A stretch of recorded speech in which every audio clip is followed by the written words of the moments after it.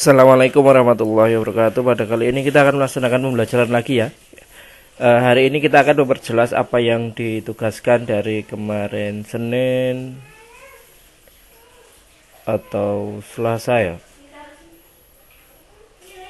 Ya, di situ adalah pembahasan mengenai mesin sablon otomatis. Alangkah baiknya saya bawa dulu Anda semua ke pekerjaan sablon yang konvensional. Paling nggak ketika Anda punya tugas yang berhubungan dengan pekerjaan sablon, maka kalian akan menggunakan akan browsing mengenai pekerjaan sablon sesungguhnya itu bagaimana sih gitu. Apakah seperti nyablon PCB yang dia nanti harus disetrika kemudian nanti nempel kemudian dilarut? Belum tentu. Sablon adalah proses untuk menggandakan atau memberikan suatu bubuhan tinta ke produk kain atau produk macam-macam, terutama bagian ya mungkin distro seperti itu ya. Kalian mungkin pernah pakai tapi sudah pernah berpikir bahwa bagaimana cara membuatnya begitu. Nah, di sini kita akan membahas dulu mengenai itu, dan ini sudah saya carikan sebuah video sablon. Mungkin bagi Anda semua pernah nyablon, mungkin tapi nyablon PCB ya. Tapi PCB itu bisa nggak disablon menggunakan kayak gini? Jawabannya adalah bisa, karena saya pun juga pernah mencoba mencablon PCB karena pekerjaannya besar-besar dan banyak. Maka kalau disetrika mau pakai setrika yang segede apa gitu loh untuk itu. Walaupun ada cara lainnya. Ini saya ambilkan, nanti linknya bisa dicari di link di bawah ya. Ini adalah salah satu sablon, dimana ini sablon yang menyablon kaos, bukan Supreme tetapi ini adalah Supermie, dimana sablonnya nanti disablon di kaos. Kita lihat ya, ini nah bentuknya kayak gini. Ini Supreme tapi ini Supermie ya. Ini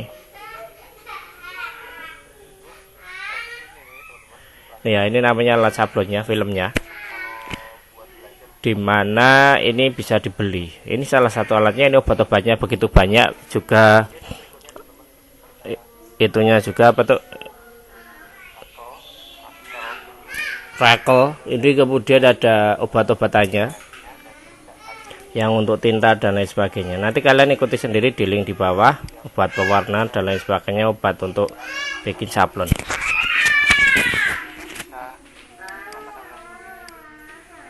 Jadi gini ya, ini adalah filmnya. Nah, ini bisa dikasih obat toh. Terus nanti gimana caranya supaya yang bisa ditembus obat adalah yang ini toh, yang kosongan dari bagian hitam Supermie ini toh. Terus kemudian ini dijalankan gini.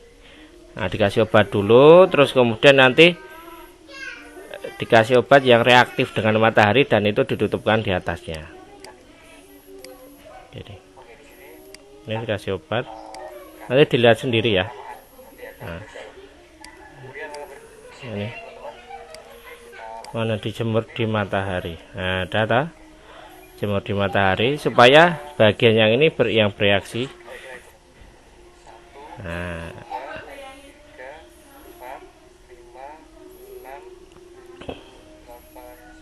Nah, kemudian disiram air ya untuk menghilangkan bagian yang enggak bereaksi juga.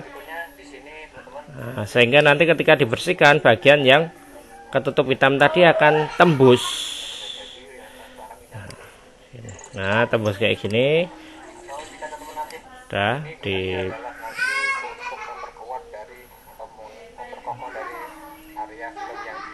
nah, ini.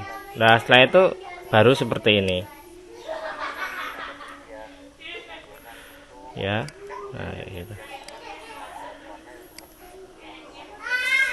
Nah, warna itu ya, ini sangat menarik sekali karena ini sangat konvensional sekali, sampai ada yang megangi kaki juga ini. Nah, ini disablon seperti ini ya, ada penekanan khususnya, diambil obatnya supaya enggak ya berat kemana-mana. Kemudian apa, nah seperti ini sampai berapa kali sehingga bisa tebal. Ada nilai rasa-rasanya juga. Nah, bagaimana mengotomatisasi ini semua sehingga ini menjadi Suatu mesin yang bisa bergerak sendiri, bisa menghasilkan sendiri, mengurangi tenaga, dan bisa lebih banyak produksinya. Nah, hasilnya seperti ini, Super Mie merah. Hasilnya seperti ini. Nah, kayak gini. Udah ya, sampai dibersihin lagi. Nah, nanti secara kompletnya Anda bikin seperti itu. Kita ini cuma akan melihat mesin yang otomatis membikin cetakan atau gesutnya itu atau mainkan rekel itu ke film, ya, dengan penekanan tertentu dengan obat pewarna. Kita lihat dulu di sini.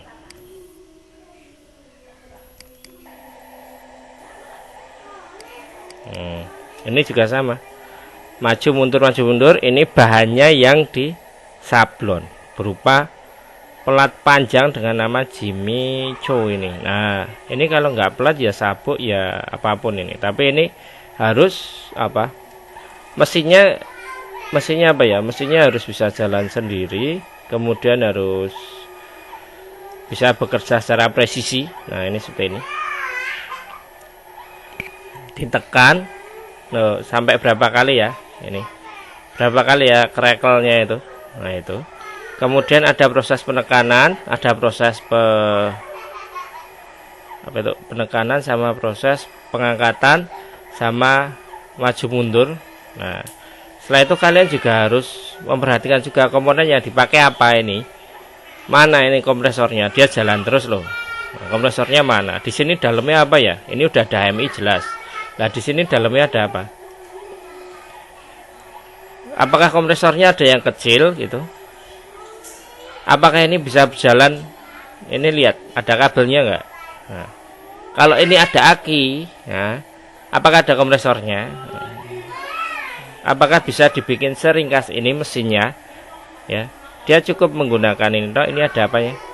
Sensor untuk mengetahui bahwa ini sudah sampai ke section berikutnya. Begitu. Apakah ini nanti juga akan dicas? Kalian bisa lihat di sini ada kabel enggak? Nah, seperti itu. Ya. Warnanya bagaimana? Nah, sampai proses dia bisa berjalan sendiri. Nah, perlu diketahui mesin yang ada di sini, ya, ini adalah mesin yang hanya mengerjakan satu proses sablon, ya, satu proses sablon dari yang ini, satu bagian proses sablon. Kok bisa? Iya, karena ini mesin itu nggak mengerjakan proses bikin filmnya, nggak mengerjakan proses penjemurannya, nggak mengerjakan proses pencampuran warna, nggak mengerjakan proses ini ya, apa itu, pembersihan gitu. Dia hanya mengerjakan sebuah proses yang ini loh, ini tok. Nah, bagaimana ini semua bisa dibikin otomatis dengan mesin tersebut? Nah, berapakah penghematannya?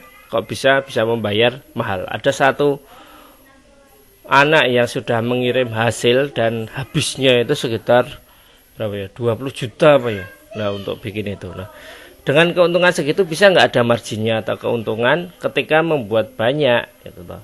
Bisa nggak itu dengan 20 juta itu bisa nombokin bikin banyak dan tetap untung gitulah. Kalian harus berpikir ke arah situ juga ya.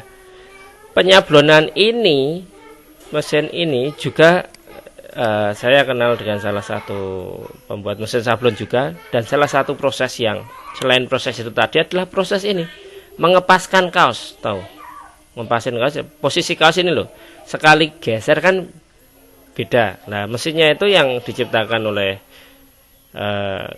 kenalan saya adalah dengan memasukkan kaos itu di pola-pola tertentu dan bisa berputar, bisa naik, bisa turun, berputar. Nah, sebuah proses yang ada di mesin sablon itu pun juga sudah bisa membantu mempercepat proses sablonisasi. Selain ini proses pencetakan otomatis ya, kayak gitu.